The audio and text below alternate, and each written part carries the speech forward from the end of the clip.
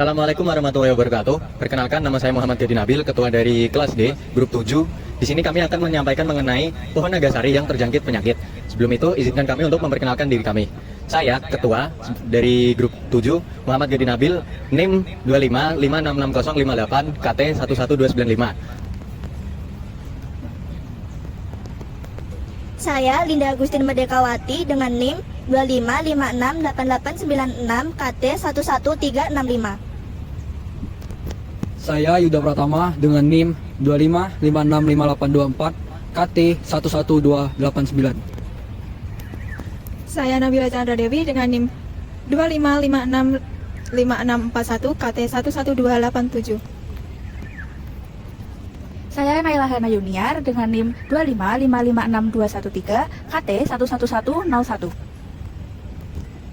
Saya Saladita Melani dengan NIM 25564442 KT 11251. Nama saya Noverin Zubeda Berquin dengan NIM 25555297 KT 1111063. Nama saya Prima Rizka Yuliana dengan NIM 25559715 KT 11163. Nah, jadi di sini kelompok kami akan membahas mengenai pohon nagasari yang berada di area Balairung tentang pohon nagasari yang terdampak penyakit. Jadi di sini saya akan menjelaskan mengenai apa itu lumut kerak, yaitu sebuah penyakit yang menyerang pohon nagasaki ini. Jadi lumut kerak itu adalah kondisi di mana permukaan batang, ranting ataupun cabang pohon tertutup oleh lumut kerak. Nah, lumut kerak itu adalah penyakit yang disebabkan oleh organisme simbiosis antara jamur dan alga atau cyanobacteria.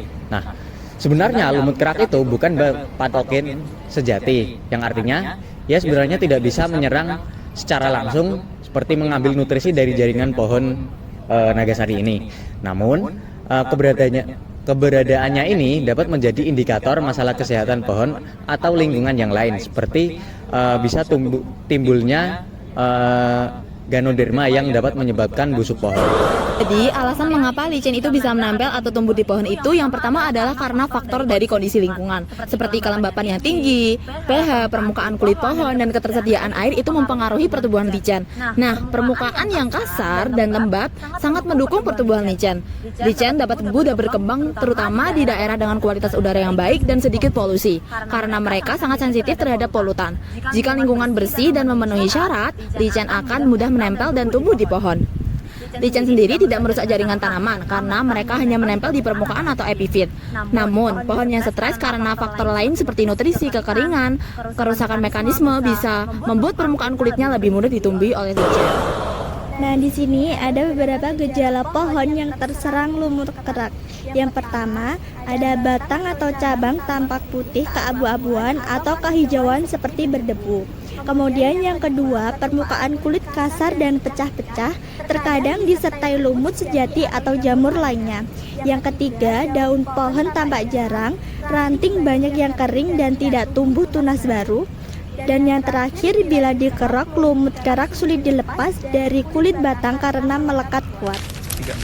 Nah, faktor pemicu pertumbuhan lichen pada tumbuhan itu yang pertama adalah kelembapannya itu tinggi. Udara lembab bikin lichen mudah tumbuh karena mereka menyerap air dari udara. Yang kedua, sirkulasi udaranya tuh buruk. Jadi rantingnya tuh terlalu timbun atau rapat bikin udaranya tuh terjebak dan batangnya tuh lembab. Yang ketiga, pertumbuhan tanaman tuh lemah. Pohon kekurangan nutrisi atau stres lebih mudah ditumbuhi lichen. Yang keempat, cahaya matahari yang didapat pohon itu kurang. Tempat teduh mempercepat pertumbuhan lichen di batang. Yang kelima, tanamannya tuh tua. Kulit batang kasar dan jarang berganti. Jadi itu tuh mudah ditempati lichen. Yang ketujuh, kurang perawatan. Batangnya tuh jadi kotor, lembab, dan jarang dipangkas mempercepat pertumbuhan lichen. Nah, di sini aku mau jelasin tentang masa pertumbuhan lumut kerak. Masa pertumbuhan lumut kerak pada pohon nagasari ini berlangsung sangat lambat hingga hanya beberapa milimeter per tahun, tergantung pada kondisi lingkungan di sekitar. Lumut kerak tumbuh menempel di permukaan kulit batang pohon yang lembab dan bertekstur kasar. Pertumbuhannya dipengaruhi oleh kelembapan udara, cahaya matahari yang tidak terlalu kuat. Selama kondisi lingkungan mendukung, lumut kerak dapat terus tumbuh sepanjang ia hidup pada pohon nagasari. Dari kulit batang nagasari memiliki tipe silinder, bergalur atau halus saat muda, dan mengelupas saat tua. Sedangkan aroma khasnya tidak ada untuk membedakan dengan tanaman lain dengan memperhatikan daun muda yang berwarna merah muda cerah dan bunga dengan banyak benang sari kuning oranye. Tipe tekstur kulit batang nagasari ini tipe silinder bergalur, teksturnya halus pada pohon muda, lalu menjadi kasar dan mengelupas sering bertambahnya usia. Aroma khas kulit batang nagasari menyebutkan adanya aroma khas dari kulit batangnya, namun bunga nagasari memiliki aroma yang harum. Kemudian, ada dampak penyakit lichen atau lumut kerak pada pohon secara umum, ringan, dan tidak menyebabkan kerusakan serius pada pohon. Lichen adalah organisme simbiosis antara jamur dan alga yang menempel di permukaan kulit tanpa menyerang jaringan dalam batang pohon. Oleh karena itu, keberadaan lichen biasanya tidak membahayakan kesehatan pohon secara langsung. Namun, lichen dapat menyebabkan beberapa hal, seperti yang pertama, menyebabkan dekolorasi atau perubahan warna pada kulit batang pohon yang bisa mengurangi nilai estetika pohon. Contohnya seperti ini, dia mempelai corak warna hijau yang berarti itu jamur lichen. Kemudian yang kedua, dalam kasus tertentu, jika lichen sangat lebat dan menutupi permukaan kulit, dapat menghambat pertukaran udara pada batang sehingga berpotensi melemahkan pohon dalam jangka panjang. Nah, yang ketiga, lichen juga sering dijadikan indikator kualitas udara karena sensitif terhadap polutan, sehingga pertumbuhan lichen bisa menurun di daerah dengan polusi tinggi. Gimana sih cara penanggulangan lichen?